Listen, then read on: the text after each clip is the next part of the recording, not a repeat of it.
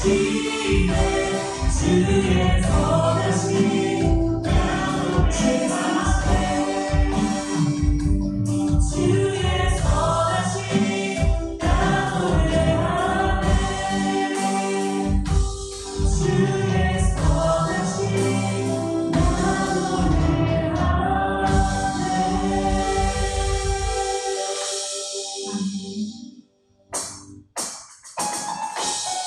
우리 시간 가운데 우리 함께 일어나셔서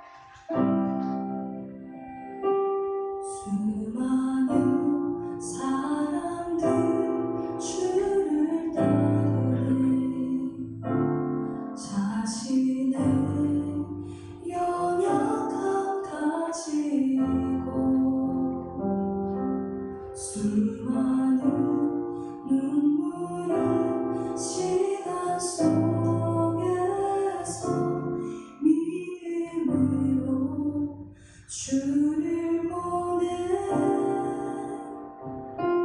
수많은 사람들 주를 따르네. 자신의 연약함 가지고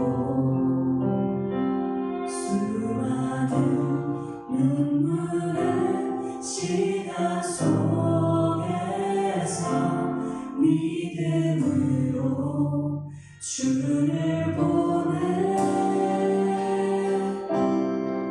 주의 영원한 사랑으로 주의 말씀을 이루시네.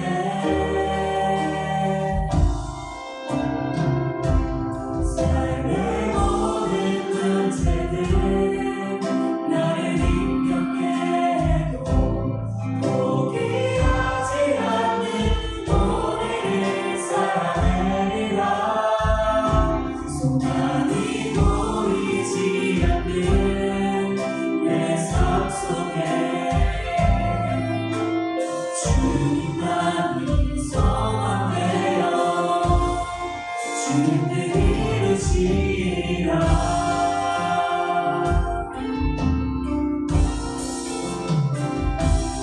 내 앞에 놓여진 상황 속에서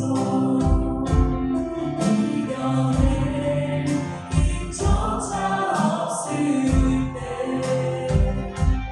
연약한 나에게 힘겨우니 믿음으로 나아가네.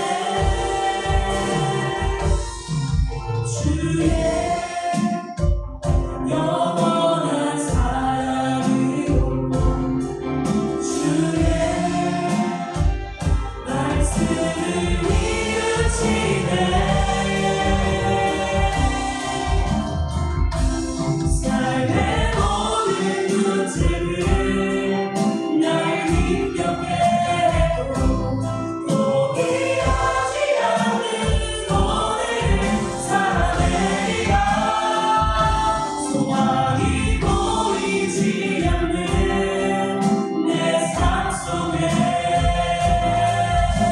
주님만이 소망되어 주의 뜻 이루시네. 나를 힘겹게 해도 포기하지 않는 오늘을 살아내리라. 소망이 보이지 않는 내 삶 속에 주님만이 소망되어 주의 뜻 이루시네. 모든 문제를 나를 힘겹게 해도 포기하지 않는 오늘을 살아내리라. 소망이 보이지 않는 내 삶 속에 주님만이 소망되어 주의 뜻 이루시리라. 아멘. 이 시간 가운데 함께 기도하시다. 여러분 상황이 포기하기 너무 많은데 이것이 너무 험난한 상황들과 삶을 드리겠습니다. 그런데 포기하지 마시고 믿음으로 끝까지 주님 앞에 나옵시다. 우리 주님 앞에 믿음으로 맞이하는 삶을 삽시다. 예배 시간 가운데 우리 믿음을 회복하게 하시고 그들의 구원하라고 말씀하시는 목사님의 소원을 구원하라고 우리 시간 최고 구원하시고 함께 기도합시다. 주여 주여 하나님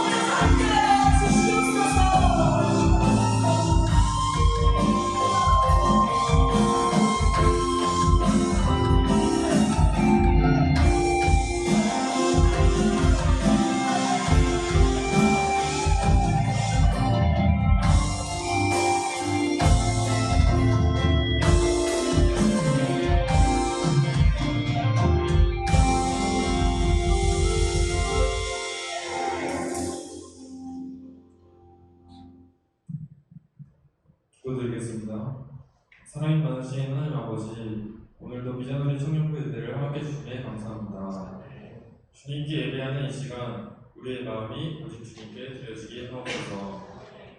한 주간의 삶을 들어봅니다. 세상 속에서 하나님보다 앞섰던 모습과 죄악된 마음이 있다면 회개하게 하시고 다시 주님께 나아가는 은혜의 시간이 되게 하여 주시옵소서. 아멘. 리더와 브리더, 인여원을 위해 기도합니다. 항상 영적으로 깨어있게 하시고 사람의 힘이 아닌 주님을 의지하게 하여 주시옵소서. 아멘. 또 맡겨진 자리에서 기쁨으로 섬기게 하시고 지치지 않도록 새 힘을 더하여 주시옵소서. 아멘. 말씀 전하시는 조혜환 목사님을 위해 기도합니다. 항상 명륜간의 강건함을 주시고 성령 충만함으로 말씀을 전하게 하여 주시옵소서. 아멘. 또한 오늘 선포되는 말씀을 통해 청년들의 마음이 열리게 하시고 깨닫고 나아드는 은혜가 있게 하여 주시옵소서. 아멘. 곧 있을 여름 수련회를 위해 기도합니다. 수련회를 준비한 성길들에게 능력을 허락하시고 체력을 더하여 주시옵소서. 아멘. 수련회에 많은 청년들이 참여하게 하시고 주님을 더욱 깊게 만나 이들이 성장하는 은혜의 시간이 되게 하여 주시옵소서. 아멘. 오늘 예배의 모든 순간을 주님께 맡겨드리며 살아계신 예수님의 이름으로 기도드립니다. 아멘.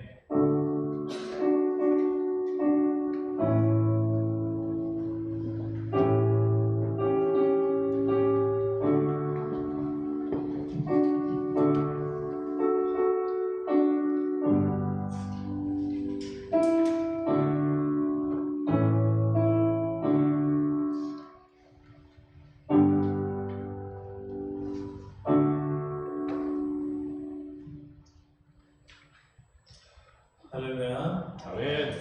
찬양하심으로 준비하신 헌금 하나님께 올려드리기 전에 우리 청년들 자리에서 한번 들어다볼까요? 자리에서 다시 함께 하시고 저희가 이제 수련회가 한 달이 채 남지 않았습니다. 그죠? 한 달이 채 남지 않았는데 여러분 이런 얘기 들어보셨는지 모르겠는데 앞자리의 은혜라는 게 있어요. 앞자리의 은혜.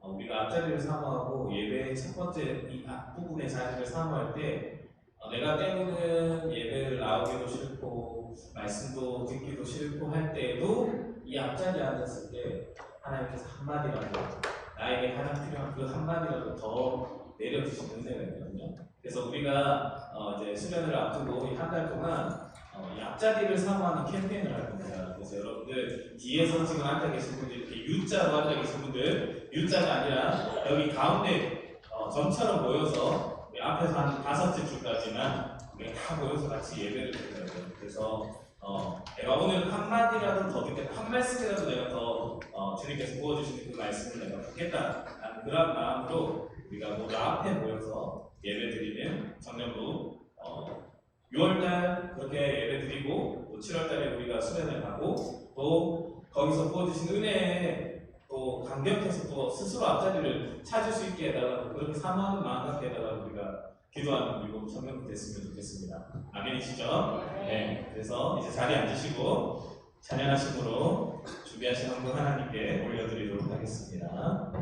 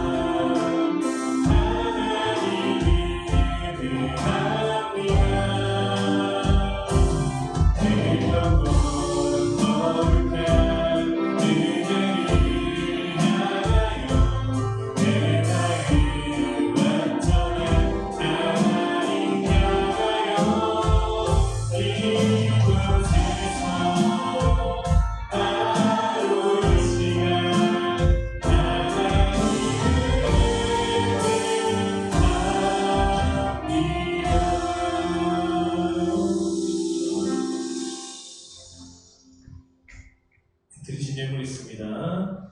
11조 한대한 청년, 감사한 그 믿음으로 발달하는 청년부 비전하리 되게 하여 주셔서 동경하신 지사님 하나님께 드립니다. 기도하겠습니다. 하나님 감사드립니다. 오늘 청년부 예배로 주 앞에 나온 모든 청년들에게 은혜를 부어 주옵소서. 아멘. 특별히 주 앞에 예물 드린 손길 위에 복을 내려 주옵소서. 아멘. 예수님의 이름으로 기도합니다. 자, 오늘 우리에게 주시는 하나님의 말씀은 누가복음 14장 26절에서 33절까지 말씀입니다.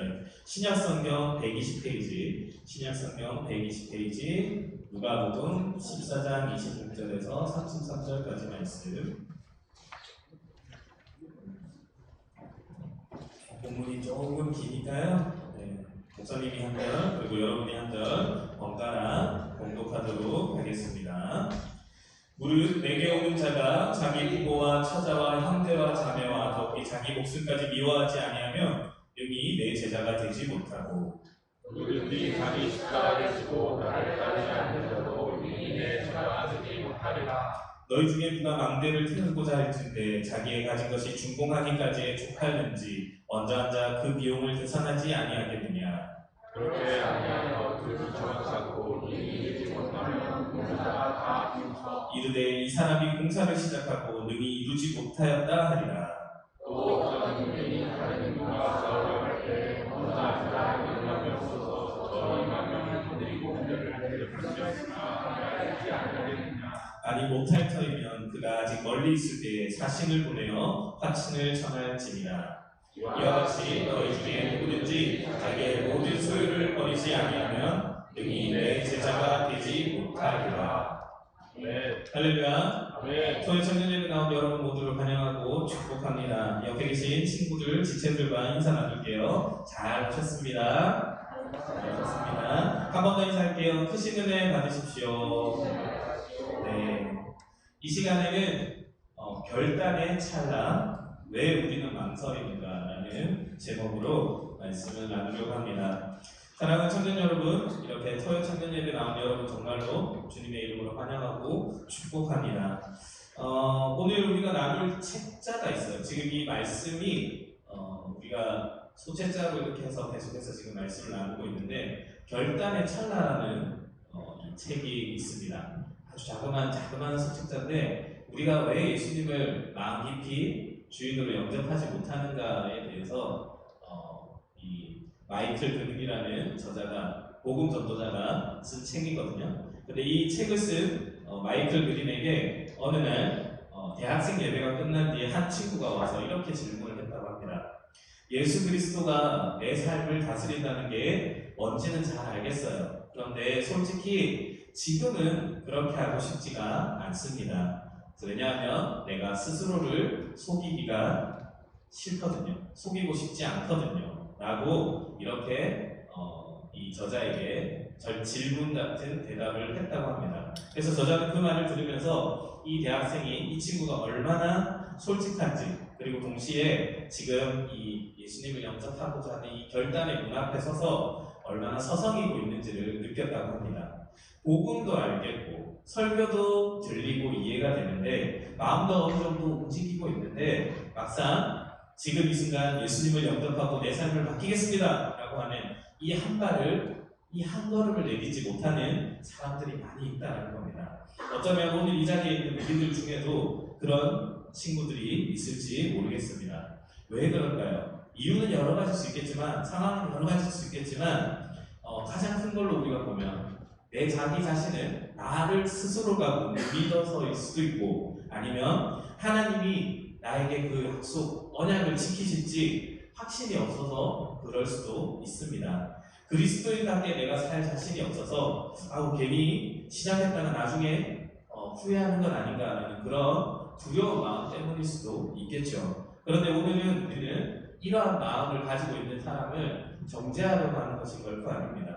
왜 우리가 그 찰나의 순간에 그렇게까지 오래 머물 수밖에 없는지 그 한 걸음을 더 내딛는 것이 왜 그렇게 어려운지 그러나 그 문을 넘어가도 괜찮은 이유가 무엇인지를 우리가 함께 차분히 살펴보려고 하는 시간입니다. 그래서 먼저는 우리가 우리 자신을 신뢰하지 못하기 때문에 우리는 이 결단의 순간을 망설입니다. 많은 청년들이 이렇게 말합니다. 목사님, 예수님 믿는 거 좋은 거 알겠어요. 근데 제가 끝까지 갈 자신이 없어요 라고 이야기합니다. 혹은 지금은 그냥 이대로 살다가 나중에 내가 뭔가가 상황이 정리되고 내 마음이 정돈되면 그때 믿을게요.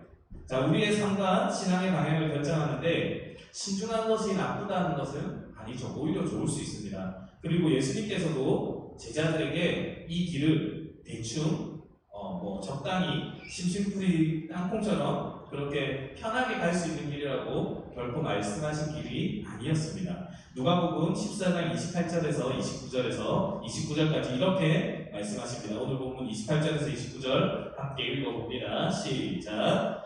너희 중에 누가 망대를 세우고자 할때 자기의 가진 것이 준공하기까지에 족하는지 먼저 앉아 그 비용을 계산하지 아니하겠느냐. 그렇게 아니하여 그 기초만 쌓고 능히 이루지 못하면 보는 자가 다 비웃어. 자, 지금 누군가가 어떤 초소, 망대, 이렇게 멀리 바라볼 수 있는 그런 걸 세우고자 이제 우리 내 마음의 성을 지키려고 할 때 세우고자 하는데 그냥 막무가내로 시작하지 않는다는 겁니다. 내가 이것을 완공할 수 있을 정도의 그런 어떤 재력이나 재료를 모아놨는지 할 수 있는지 없는지 오히려 내가 이걸 시작했다가 중간에 그만둬 버리면 주변에 그 나를 괴롭히는 그 상대인 이방인들이 나를 더 비웃을 수 있다라고 이렇게 비유를 하고 있는 겁니다. 그래서 주님은 지금 우리가 예수님을 영접하는 것, 예수님을 내 마음의 주인으로 받아들이는 것에 대해서 오히려 그 대가를 계산해 보라라고 지금 말씀하고 계십니다. 감정에만 취해가지고 우리가 수련회 가가지고 막 이렇게 집회를 하고 기도회를 하고 하면서 막 뜨거워졌어. 막 감정에 나도 몰라. 일단 하겠다. 일단 내가 걸어보겠다. 한 걸음 나아가 보겠다. 라고 이렇게 하지 말고 이 제자의 길에는 그리스도인의 길에는 분명한 대가가 있는 것을 알고 시작하라고 말씀하고 계십니다. 그래서 예수님은 제자의 길에 어떠한 것이 우리에게 대가로 요구가 되는지를 포함된다는지를 알려주고 있습니다. 첫 번째는 잘못된 일을 기꺼이 멀리하는 것입니다.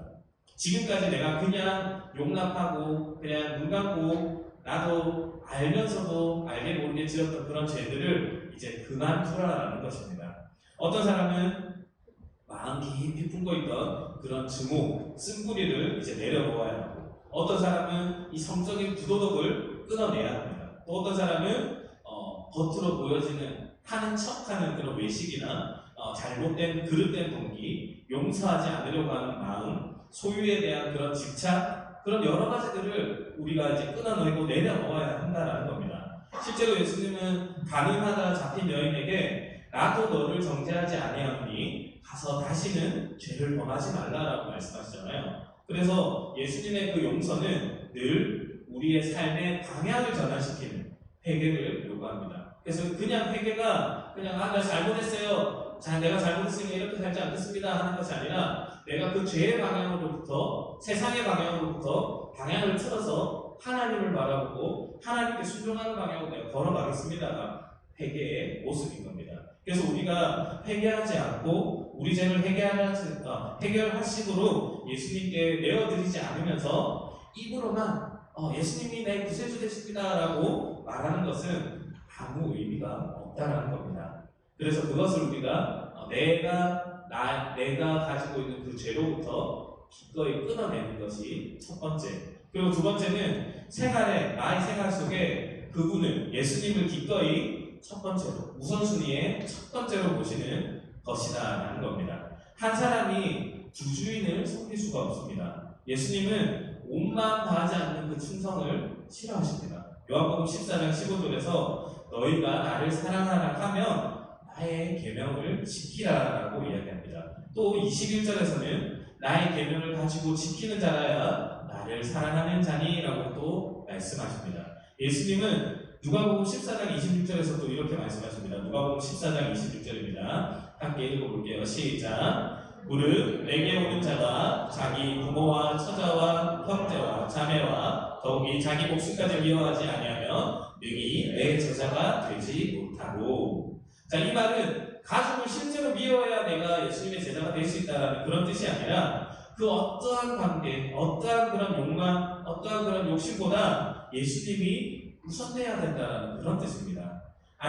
예를 들어서 아침에 내가 조금 더 자고 싶은 그 욕망과 또 반대로 말씀 읽고 기도해야 할 그 부르심이 충돌할 때, 또는 커리어와 내 신앙적인 양심이 부딪힐 때, 그때 주님을 첫 번째 자리에 위치하도록 우리가 의식적으로 선택하는 겁니다. 그냥 감정에 치우친 어떤 것이 아니라 내가 먼저 주님을 선택하겠습니다라고 의식적으로 선택하는 것.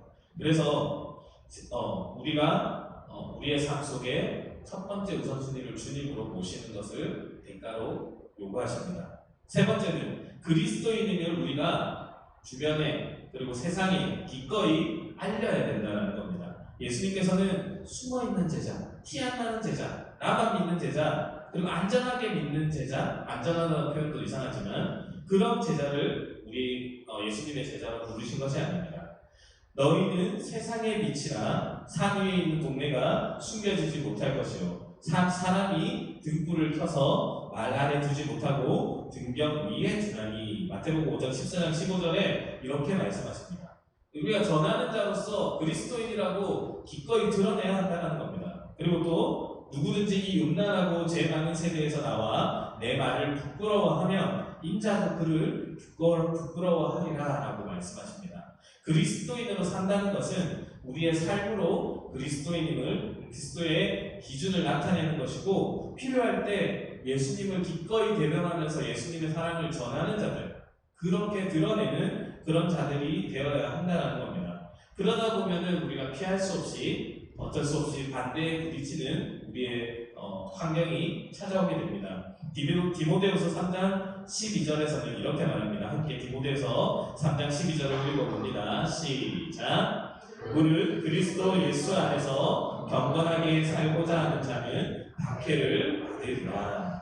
자, 다른 이유가 아닙니다. 예수님 안에서 내가 경건하게 살겠다, 예수의 제자로서 내가 드러내겠다라고 하는 자들의 박해가 찾아온다라고 분명히 얘기하고 있습니다. 그래서 한국에서 지금 우리가 살아가는 이 땅에서 어떤 신앙의 핍박이나 박해라고 하면 대개는 그냥 조롱이나 어떤 눈치 정도를 경험하지만, 여전히 어떤 나라에서는 신앙 때문에 감옥을 가고 직장을 잃고 심지어는 목숨까지도 내놓아야 하는 그런 나라들도 아직도 존재하고 있는 것이 현실입니다. 그래서 예수님은 요한복음 15장 20절에서 종이 주인보다도 더 크지 못하다 사람들이 나를 박해하였은즉 너희도 박해할 것이요 라고 이야기하십니다. 그래서 솔직히 우리 입장에서는 이게 너무 크게 느껴집니다. 주님, 이거 내가 너무 큰 대가를 드려야 되는 건 아닌가요? 과연 제가 이 세 가지를 감당할 수 있을까요? 예수님은 이 대가를 가벼이 여기지 말라고 하시면서 한 가지를 더 말씀하십니다. 마가복음 8장 36절과 37절에 이렇게 질문하고 있습니다. 함께 읽어봅니다. 시작. 사람이 만일 온 천하를 얻고도 자기 목숨을 잃으면 무엇이 유익하리요? 사람이 무엇을 주고 자기 목숨과 바꾸겠느냐? 자, 예수님께서 우리에게 요구하신 이 대가를 드리는, 우리가 예수님의 제자로 결단하는 그 순간 우리에게 우리의 영원한 생명을 주어주시는 겁니다. 그래서 우리는 사실 지금 대가에 대해서 지금 당장 내 눈앞에서 이룰 것, 어떤 피해, 어떤 핍박 이런 것들을 계산하고 있지만, 예수님은 영원히 이룰 것이 무엇인가를 생각해 보라고 합니다. 예전에 어떤 선교사하셨던 C.T. 스터드라는 분이 이렇게 말합니다. 만일 예수 그리스도께서 하나님이시고 나를 위해서 죽으셨다면 내가 아무리 큰 희생을 한다고 해도 그것은 결코 거기에 비할 바가 없다. 큰 것이 아니다라는 겁니다. 예수님이 내 죄를 지고 죽으셨고 내 죄 때문에 죽으심으로 내가 예수님을 믿기만 하면 천국 백성으로, 하나님의 자녀로, 예수님의 제자로 살아갈 수 있는데, 그리고 영원한 천국의 그 약속을 얻는 건데, 다른 어떤 것을 내가 드린다고 한들 그게 그것보다 크겠냐는 그러한 질문입니다. 주님이 먼저 십자가에서 우리에게 다 내주셨기 때문에 우리가 드리는 사실 이 희생이라고 하는 부분은 사실 비교도 안 되는 아주 자그마한 응답이다라는 겁니다. 그래서 제자가 되는 대가는 그분이 약속하신 앞으로의 우리의 상급과 영광에 비하면 아무것도 아니다. 그래서 우리가 그것을 기억해야 한다. 그리고 그 다음으로는 우리가 왜 그 결단의 순간에 멈추게 되는가? 우리가 신앙생활을 지속적으로 잘해 나가지 못할 것 같다는 생각이 들어서 멈추게 된다는 겁니다. 어떠한 친구들은 이렇게 말합니다. 목사님, 제가 지금 결단하면 처음에는 열심히 하겠죠. 저 처음에는 진짜 잘해요. 하지만 저는 저를 잘 압니다. 언젠가는 내가 무너질 사람이에요. 괜히 시작했다가 하나님 실망시키면 어떡해요? 라고 질문을 할 수도 있다는 겁니다. 근데 이 말은 겸손해 보이지만 그래, 내가 나를 잘 아니까 내가 혹시 무너질까? 내가 이 약속을 지키지 못할까? 이런 모습으로 겸손해 보이지만 중요한 한 가지, 너무나도 중요한 한 가지를 놓치고 있는 겁니다. 바로 성령님의 능력입니다. 요한복음 16장 7절을 우리 같이 한번 읽어봅니다. 시작. 그러나 내가 너희에게 실상을 말하노니 내가 떠나가는 것이 너희에게 유익이라. 내가 떠나가지 아니하면 보혜사가 너희에게로 오지 아니할 것이요 가면 내가 그를 너희에게로 보내리니. 자, 지금 예수님께서 이제 부활하셔가지고 제자들을 앞에 두고 지금 하신 말씀입니다. 내가 이제 하늘 보좌 우편으로 올라가야 돼. 내가 떠나가야 너희들에게 보혜사, 너희들을 헬퍼, 도와줄 분이 너희들에게 찾아올 거야. 성령 하나님이 너희에게 올 거야 라고 지금 얘기를 하는데 제자들의 입장에서는 사실 이해가 잘 되지 않습니다. 예수님이 지금 눈앞에 계신 게, 나와 함께 계신 게 제일 좋은 거 아닙니까? 라고, 어떻게 예수님이 저희를 떠나가는 게 유익이라고 얘기하십니까? 라고 생각이 들었겠죠. 하지만 예수님은 육신으로 이 땅에 계실 때는 제자들 곁에 계셨고 성령으로 이제 오신 후에는 믿는 자들 안에 거하시겠다고 했습니다. 육신일 때는 곁에서 계시고 예수님이 기도하고 계실 때 함께 할 수가 없잖아요. 근데 지금 이제 예수님께서 하늘나라의 보좌 우편에 올라가시고는 성령으로 오셨을 때는 우리 안에 누구든지 우리가 예수님을 믿기만 하면 성령 하나님께서 우리 안에 내주하시고 우리 안에서 거하시겠다고 약속하신 겁니다. 그래서 바울은 갈라디아서 2장 20절에서 이제는 내가 사는 것이 아니요 오직 내 안에 그리스도께서 사시는 것이다 라고 고백을 합니다. 그리고 또 로마서 8장 9절에는 뭐라고 얘기합니까? 누구든지 그리스도의 영이 없으면 그리스도의 사람이 아니라 라고 말씀하고 있는 겁니다. 다시 말해서 그리스도인이 된다는 것, 예수님의 제자로 내가 살아가겠습니다라고 결단한다는 것은 나 혼자 힘으로 내가 그리스도인답게 살아보겠다라는 그런 결심이 아니라 내 안에 오신 성령님께서 날마다 나를 빚어가시도록 내 주인된 자리를 내어드린다라는 겁니다. 그래서 성령님은 그럴 때 우리의 연약함을 도우시고 우리의 약한 부분을 아시고 우리가 기도할 수 있도록 인도하시고 우리가 점점 예수님 닮아갈 수 있도록 이끌어 주신다는 겁니다. 그렇게 만들어 가신다는 겁니다. 그래서 뭔가 내가 그리스도인으로서 생활한다는 것을 내 능력으로 내 힘으로 하겠다라고 하는 것 자체가 사실은 어떻게 보면 교만이고 불가능하죠. 여러분 이렇게 속마음을 이렇게 많이 들여다보면 선한 것 있습니까? 조금은 있을 수 있어요. 근데 선한 것으로 가득 차 있습니까? 그렇지 않잖아요. 옆에서 친구를 미워하고 시기하고 부모님 말씀 안 듣고 내가 하고 싶은 대로 하고 딴짓하고 막 이런 것들이 진짜 난 정말 너무 연약한 사람이고 내가 보잘것없는 존재구나라는 것을 느끼잖아요. 근데 그것을 가지고 내가 예수님의 제자로 살아가겠다라고 결정할 때 결코 안 되거든요. 근데 우리가 지금 보는 것은 예수님이 성령 하나님께서 내 안에 계실 때 그 도움으로 우리가 그렇게 살아갈 수 있다는 것을 잊지 말아야 합니다. 그래서 예수님께서는 이렇게 말씀하십니다. 볼지어다 내가 세상 끝날까지 너희와 항상 함께 있으리라. 어떻게 함께 있으십니까? 우리 안에 또 우리의 곁에서 언제든지 우리를 지켜보시고 우리에게 힘주시고 능력 주시는 분이 바로 성령 하나님이십니다. 그래서 바울도 그 유명한 대사도였던 바울도 자신의 약함을 깊이 알고 있던 사람입니다. 그래서 로마서 7장 19절에서 내가 원하는 바 선을 행하지 아니하고 도리어 원하지 아니하는 바 악을 행하는도다. 그 바울조차도 그렇게 복음을 전하고 교회를 세워나가고 초대교회를 일으켰던 그 바울조차도 내가 이 선을 행하는 것 자체가 내가 행하는 것은 안 된다.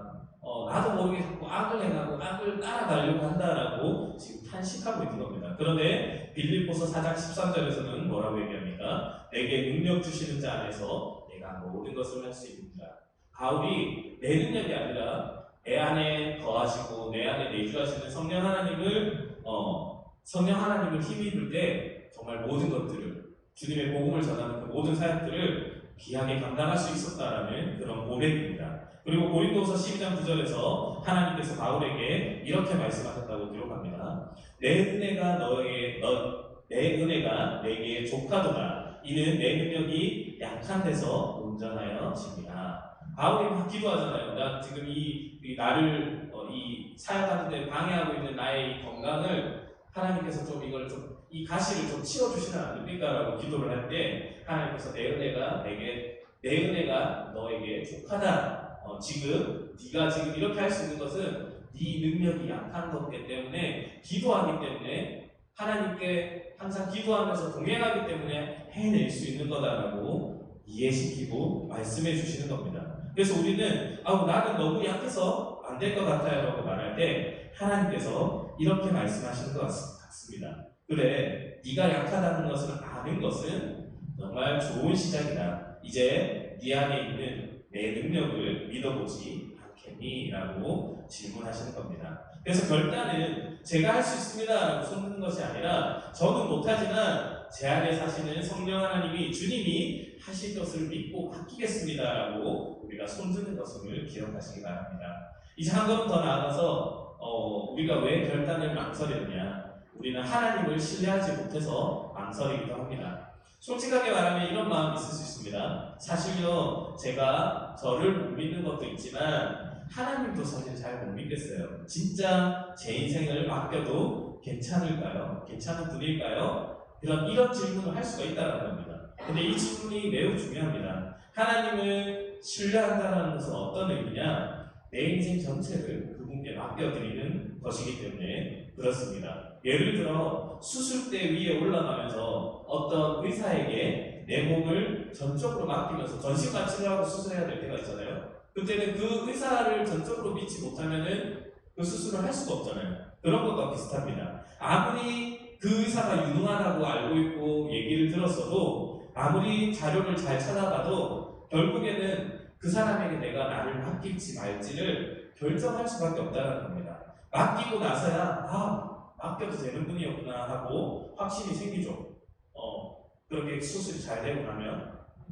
근데 결혼도 마찬가지입니다. 수많은 대화를 나누고 많은 시간을 그 배우자 될 사람과 나눠도 이 사람과 평생을 맡기겠다라는 이 결혼을 결심하고 계획하기 전까지는 100% 확신에 이를 수가 없습니다. 이걸 우리가 살아보고 이렇게 하는 게 아니잖아요. 그리고 미리 미래를 봤다가 와서 이 사람은 진짜 결혼하면 잘할 사람이라는 걸 알고 결혼하는 게 아니잖아요. 같이 그래도 내가 이 사람 믿고 나아가보겠다라고 했을 때 그 안에서 그러한 모습들이 나타난다는 거예요. 예수님과의 관계도 지금 말한 그 의사 아니면 그 결혼의 상대자 이런 것도 비슷합니다. 신약은 예수님과 우리 교회와의 관계를 의사와 환자 그리고 남편과 아내의 관계에 비유하고 있습니다. 그래서 우리는 질문해야 됩니다. 이분께 내 인생을 맡겨도 되는가? 이분은 정말 신뢰할 만한 분인가? 그래서 이 질문에 대한 근거는 크게 세 가지에서 찾아볼 수가 있습니다. 첫째로는 예수 그리스도라는 이 인물 자체, 이 인격 자체에 우리가 신뢰를 찾아볼 수 있습니다. 약 2000년 전에 로마 제국의 한 변두리였던 이 유다에서 살고 태어났고 살고 있던 이 유대인 선생님이 한 명이었잖아요, 예수님이. 그 선생님의 삶과 그 선생님의 가르침이 지금도 전 세계의 도덕과 역사를 쥐고 흔들고 있는 겁니다. 교육이나 병원, 노예해방, 여성인권, 사회공사, 수많은 그런 이 인간적인 그 변화의 배후에는 예수님의 그 가르침과 그분을 따른 많은 사람들이 그 분야들마다 공헌했던 그런 모습들이 있다라는 겁니다. 그리고 무엇보다도 예수님이 가르치신 대로 살아가실 분입니다. 너희 중에 누가 나를 죄로 책잡겠느냐라고 물으셨을 때 아무도 대답하지 못합니다. 주변 사람들, 제자들, 심지어 그분을 싫어하던 그분을 어떻게든 십자가에 못 박고 싶어하던 그런 사람들까지도 예수님의 삶 자체에서 흠을 찾아내지 못했다는 겁니다. 동시에 예수님은 그 성경 속에 우리가 기록을 보면 엄청난 주장을 하십니다. 아브라함이 나기 전부터 내가 있느니라. 죄를 사하셨고 마지막 심판의 권세가 자신에게 있다라고 말씀하십니다. 그리고 제자 도마가 예수님께 나의 주님이시오 나의 하나님이시입니다라고 고백할 때 그 고백이 틀렸다라든지 그 고백하지 말라든지 그렇게 막지 않으셨습니다. 만약에 예수님이 하나님이 아니시라면 이런 말을 하는 것 자체가 거짓이고 그러면 결코 선한 선생이라고 우리가 부를 수가 없겠죠. 그런데 그분의 삶의 모습, 우리를 이웃을 사랑하는 그 모습들, 그리고 십자가의 죽음, 부활을 둘러싼 그 수많은 그 증거들이 그분이 진실되시고 우리가 신뢰할 수 있는 분임을, 하나님이심을 보여주고 있습니다. 그래서 그분은 우리의 죄를 지고 십자가에 죽으셨고 하나님은 그분을 죽은 자 가운데서 다시 살리심으로 그분이 누구신지를 확증했다라는 겁니다. 그래서 우리가 첫 번째 신뢰할 수 있는 것은 예수 그리스도 그 자체다. 두 번째는 신약 성경의 증언들입니다. 예수님을 직접 보고 듣고 만졌던 사람들이 신약 성경을 통해서 많은 증언을 남겼습니다. 그들은 처음부터 예수님이 십자가 지시고 죽으시고 부활하실 것을 기대하고 제자로 들어간 것이 아닙니다. 당시 대부분의 유대인들은 메시아가, 구원자가 로마를 무너뜨리고 가장 강대국이었던 로마를 무너뜨리고 이스라엘을 유다 백성들을 해방시킬 정치적이고 경제적인 구원자, 왕으로 오셨을 것이라고 기대를 했습니다. 그런데 그 메시아가 십자가에 달린다? 그 당대에 가장 비참하고 가장 힘든 그 형벌인 그 십자가에 달린다라고 이렇게 생각했을 때 그것 자체가 그 제자들에게는 완전 모순인 겁니다. 이스라엘을 구원할 이 땅에 오신 왕이고 구원자 되신 예수님을 기대했는데 십자가에 달려서 힘없이 죽어가신다고? 그래서 예수님이 몇 번이고 십자가를 제자들에게 설명하고 이해하시키려고 말씀하셔도 제자들이 이해합니까? 결코 이해하지 못하는 겁니다. 그리고 예수님이 십자가에 죽으셨을 때 그들의 그 어떤 꿈은 산산이 부서지고 말았습니다. 그들은 결코 어떤 영웅적인 그런 인물들이 아니었습니다. 제자들이요. 가장 큰 위기의 순간에 제자들 예수님께서 십자가 지시고 죽으시고 이제 그리스도교가 핍박을 받을 때, 초대교회가 핍박을 받을 때 도망쳤던 사람들입니다. 이 제자들이. 그런데 부활하신 예수님이 그들에게 나타나셨을 때 처음에는 그들도 믿지 못했죠. 그래서 누가복음 24절에 보면 여인들이 부활 소식을 전하러 뛰어올 때 사도들은 그들의 말이 허탄한 듯이 들려 믿지 아니하였다라고 기록합니다. 듣고도 예수님이 예전부터 얘기하신 것도 있는데도 믿지 못하는 겁니다. 예수님이 어떻게 부활하셔? 사람인데? 이런 마음이 있었겠죠. 그리고 도마도 직접 내가 못자국에 손가락 넣어보기 전까지는 믿지 않겠다라고 얘기까지 하잖아요. 하지만 결국 그들은 이렇게 고백할 수밖에 없었습니다. 우리가 보고 들은 것을 말하지 아니할 수가 없다. 우리가 예수님이 부활하신 것을 보고 예수님을 부활한 사람들의 여러 가지 증언들을 듣게 되면서 이것을 고백하지 않을 수가 없다는 겁니다. 그래서 그들은 이 증언을 하기 위해서 그들의 편안한 삶을 내려놓고 박해받고 순교당하는 그런 길을 걸어갈 수밖에 없었습니다. 만약에 그들이 이것을 꾸며낸 이야기다, 시체를 훔쳐가지고 예수님의 시체를 훔쳐서 부활했다라고 그렇게 어떤 거짓말로 이런 대가를 치르게 되었다면, 순교당했다면 오히려 그것이 더 이해하기 힘든 일이죠. 뭘 그렇게까지 하냐? 내가 당장에 살아야 되는데 그게 말이 안 되는 겁니다. 그래서 그들은 그저 함께 몇 년 동안 지냈던 그분이 예수님께서 정말 하나님의 아들이고 십자가에서 우리 죄를 지셨고 부활하셨다는 그 사실을 부인할 수 없었기 때문에 이 박해, 이 고난, 이 순교의 길을 걸어갈 수밖에 없었다는 겁니다. 이것이 바로 신약에 기록된 이 제자들의 증언에 대한 이 증거가 이 예수님을 우리가 신뢰할 수밖에 없는 두 번째 이유입니다. 세 번째, 오늘도 살아계신 주님의 흔적, 바로 이 교회입니다. 교회. 물론 교회 안에는 위선자도 있을 수 있고요, 실망스러운 모습 보일 수도 있습니다. 그런데 전 세계 곳곳마다 다양한 언어와 문화 속에서 수많은 사람들이 교회로 세워지면서 이렇게 고백합니다. 예수님이 내 인생을 바꾸셨습니다. 중독에서 벗어난 사람들, 절망 속에서 소망을 얻게 된 사람들, 미워하는 일을 용서할 수 있게 된 사람들, 자기만을 위해 살던 인생이 이웃과 하나님 나라를 위해서 헌신하는 인생으로 바뀐 사람들 셀 수가 없잖아요. 여러분이 아는 누군가도 그 중에 한 명일 수 있습니다. 저 사람 진짜 예수 믿더니 진짜 사람이 바뀌었어, 사람이 달라졌어라고 싶은 생각이 드는 그 사람이 바로 그 사람의 삶이 지금 우리에게 이렇게 말하고 있는 겁니다. 그분께 맡겨도 된다. 나도 그랬다. 나도 못 믿고 나도 이 결단을 하지 못했는데 내가 믿어보니, 내가 예수님과 함께 동행하다 보니 내가 바뀌고 내 주변이 바뀌고 내 인생이 바뀌었다라고 그렇게 고백하는, 간증하는 사람들이 세상에 얼마나 많습니까? 마치 얼어붙은 연못을 우리가 건너야 할 때 얼음 두께가 이 겨울에 몇 도가 되면 몇 센치가 얼지라고 하는 그런 자료를 우리가 읽는 것이 도움이 되지만 그 위를 이미 많은 사람들이 스케이트를 타고 안전하게 지나가는 것을 보는 것은 이 얼음 건너가도 안 깨지겠구나, 안전하겠구나, 더 강력한 증거가 된다는 겁니다.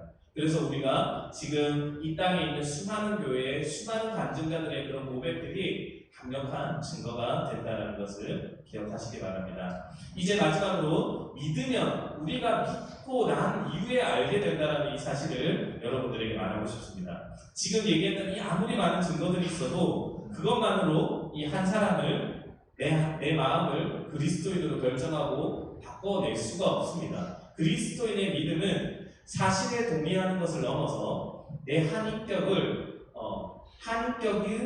인격, 그러니까 예수님에게 내 자신을, 내 모든 것을 맡기는 것이기 때문에 그렇습니다. 그래서 우리의 머리뿐만 아니라 우리의 의지와 우리의 결단이 필요합니다. 요한일서 5장 12절에서 13절은 우리에게 이렇게 말합니다. 아들이 있는 자에게는 생명이 있고 이 아들은 예수님이에요. 하나님의 아들이 없는 자에게는 생명이 없느니라. 내가 하나님의 아들의 이름을 믿는 너희에게 이것을 쓰는 것은 너희로 하여금 너희에게 영생이 있음을 알게 하려 합니다. 예수님이 있는 자는 영생이 있고 예수님이 없는 자는, 그 속에 예수님이 없는 자는 영원한 생명이 없다라는 겁니다. 그래서 우리는 흔히 이렇게 얘기합니다. 내가 확실히 아까 얼음 두께를 마치 연구하는 것처럼 확실히 알게 되면 그때 믿을게요. 근데 성경은 이렇게 말합니다. 믿기 전에는 끝까지 알 수 없는 수준, 그까지는 우리가 갈 수가 없다라는 겁니다. 예수님 시대에도 그랬습니다. 예수님의 형제들도 어땠습니까? 처음에는 예수님을 믿지 않았습니다. 예수님을 가까이에서 내가 눈으로 보았다고 해서 믿음이 생기냐? 아니라는 거예요.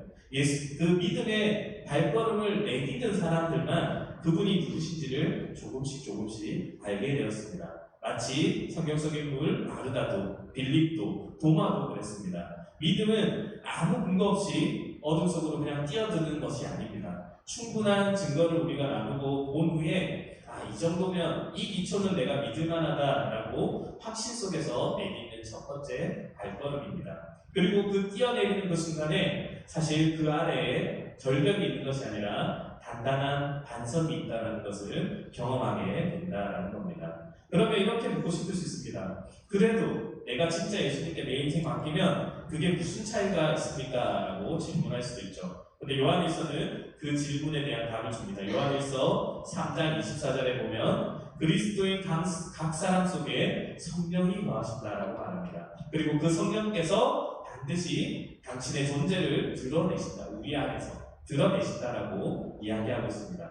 하나님을 사랑하고 그분을 기쁘시게 하며 그분의 계명을 지키고 싶어하는 그 마음들이 우리 안에서 이제 믿겠다라고 결단하고 난 다음부터는 생기기 시작한다는 겁니다. 말씀을 찾고 싶고 찬양을 하고 싶고 믿는 자들과 함께 교제하고 싶고 그런 것들이 마음속에서 자꾸 불일 듯이 일어난다는 겁니다.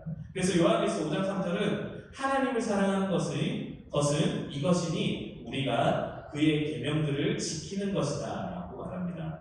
예전에는 누가 보지 않으면 죄를 지어도 별로 신경 쓰지 않았는데 이제는 이 죄가 내 마음속에 불편해지고 마음에 책임이 있습니다. 그리고 시험을 받을 때 그리스도께서 도와주시는 그 경험을 조금씩 하게 됩니다. 이전에는 나를 지배하는 약한 습관들이 조금씩 힘을 잃어가게 된다는 겁니다. 그래서 우리가 물론 하루아침에 완벽해지는 것은 아니지만 이 방향성이 바뀝니다. 세상을 향해서, 죄를 향해서, 그리고 내 욕심을 향해서 나아가던 내 모습에서 방향이 틀어져서 하나님의 뜻에 합한 자, 하나님과 함께 동행하는 자, 이쪽으로 방향이 바뀌어 나가는 겁니다. 그래서 요한일서 5장 4절은 무릇 하나님께로 난 자마다 세상을 이기느니라 라고 말씀합니다. 또 하나님께, 예수님께 속한 다른 사람들에게 친밀함이 느껴지기 시작합니다. 요한일서 3장 14절은 우리는 형제를 사랑함으로 사망에서 옮겨 생명으로 들어간 줄을 알거니와. 믿는 자들끼리 뭔가 이 공동체의 그것들이 끈끈한 무언가가 생겨나기 시작한다는 겁니다. 이전에는 그리스도인들의 모습을 보면 답답하고 이상하게 보입니다. 아유, 저렇게 주일날 집에서 쉬면 좋지, 뭐하러 저렇게 주일날 예배 나가가지고 또 교회에서 공사하면서 저렇게 애쓰고 저를 뭘 얻으려고 저러는 거야? 라고 생각했던 것들이 어느덧 내가 그렇게 하고 있습니다. 그것이 결코 힘든 것이 아니라 즐거움으로, 기쁨으로 하게 된다는 겁니다. 이제는 함께 예배드리고 함께 기도하는 것이 편해지고 좋아지는 것을 경험하게 된다는 겁니다. 그리고 무엇보다도 우리가 드리는 그 기도가 의미가 있어지기 시작합니다. 이전에는 뭐 기도해도 그냥 벽에 뭔가 공을 치는 느낌, 메아리가 쳐서 돌아오는 느낌이었는데 이제는 마치 진짜 내 아버지에게 내 고민과 내 어려움을 이야기하는 것처럼 느껴집니다. 그래서 요한일서 5장 14절 15절은 무엇이든지 그의 뜻대로 구하면 들으신다. 하나님이 들으신다고 약속하는 겁니다. 이러한 변화들이 우리가 정말로 이제 하나님의 자녀가 되었다라는 표지요, 증거가 된다는 겁니다. 그리고 그러나 이런 확신은 이를 위해서 자기 목숨을 내어주신 예수님께 우리 자신을 맡기기 전에는 이게 불가능한 부분들이 분명히 존재한다는 겁니다. 그래서 성경은 여러분을 이렇게 초대합니다. 아들이 있는 자에게는 생명이 있고 하나님의 아들이 없는 자에게는 생명이 없느니라. 이제 여러분 각자에게 물어보겠습니다. 여러분은 지금 이 결단의 찰나에 어느 위치에 서 있습니까? 복음도 알고 예수님 이야기도 많이 들었고 교회도 오래 다녔지만 마음문은 아주 살짝 열어놓고 언젠가 나중에 조금 더 준비되면 하고 미루고 있지는 않냐라는 겁니다. 요한복음 3장 20절에서는 예수님께서 이렇게 말씀하십니다. 요한복음 3장 20절을 우리 같이 함께 읽어봅니다. 요한복음 3장 20절이요. 함께 있습니다. 시작. 볼지어다 내가 문 밖에 서서 두드리노니 누구든지 내 음성을 듣고 문을 열면 내가 그에게로 들어가 그와 더불어 먹고 그는 나와 더불어 먹으리라. 지금 여러분 마음문 밖에 서서 오랫동안 두드리고 계신 그 주님의 음성이 지금 이 예배 자리에서도 들릴 수가 있습니다. 그분은 우리에게 이렇게 말씀하시는 것 같습니다.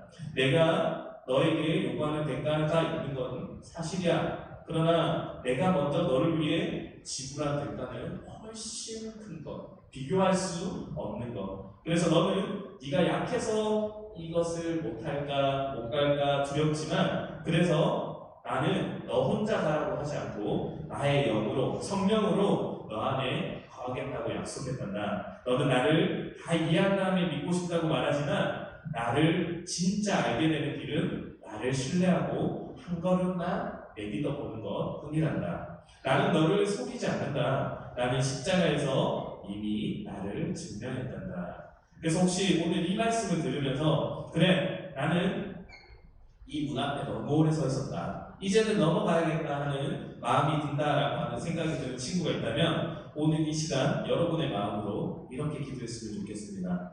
주님, 나는 내 죄를 깊이 통회합니다. 회개합니다. 나는 이것들을 기꺼이 끊어내겠습니다. 나는 주께서 내 죄를 용서하기 위해서 십자가에 죽으시고 다시 살아났으며 내 생애에 새로운 목적과 능력을 주실 수 있다고 믿습니다. 지금 내 삶 밖에 서 계셨던 주님, 두드리고 계셨던 주님, 이제 제 마음의 문을 엽니다. 주 예수님, 오늘 제 안에 들어오셔서 나의 구주와 주인이 되어 주옵소서. 다시는 나를 떠나지 마소서. 예수님의 이름으로 기도합니다. 아멘.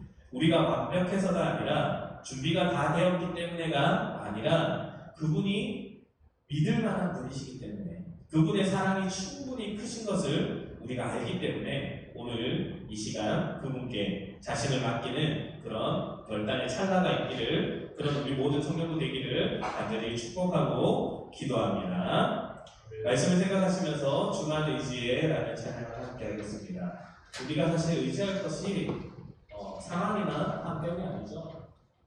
그것들을 바라고 그것들 때문에 내가 오히려 더 실망하게 되는데, 우리가 의지할 수 있는 것은 오직 주님만, 예수님만 우리가 의지할 수 있는, 믿을 수 있는 굳건한 반석 같은 분이심을 우리 함께 고백하겠습니다.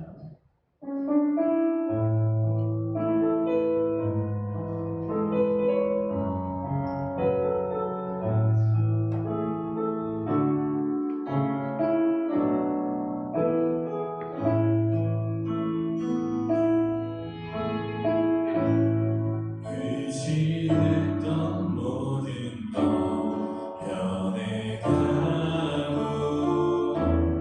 억울한 마음은 커져가네. 부끄럼 없이 살고 싶은 마음 주님 아시네.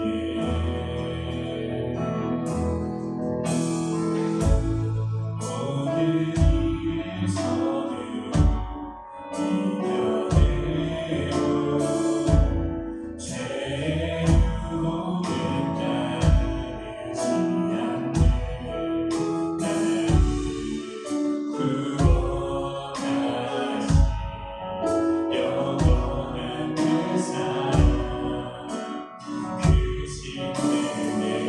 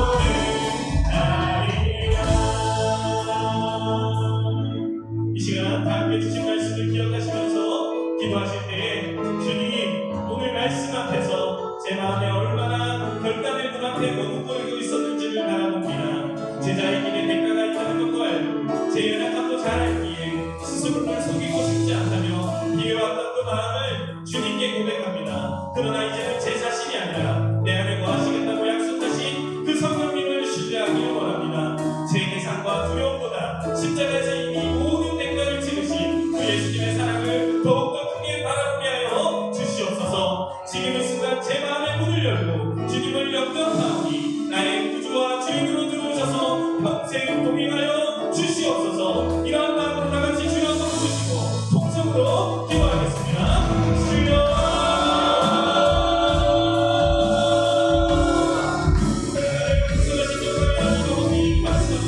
오늘 우리가 결단했습니다.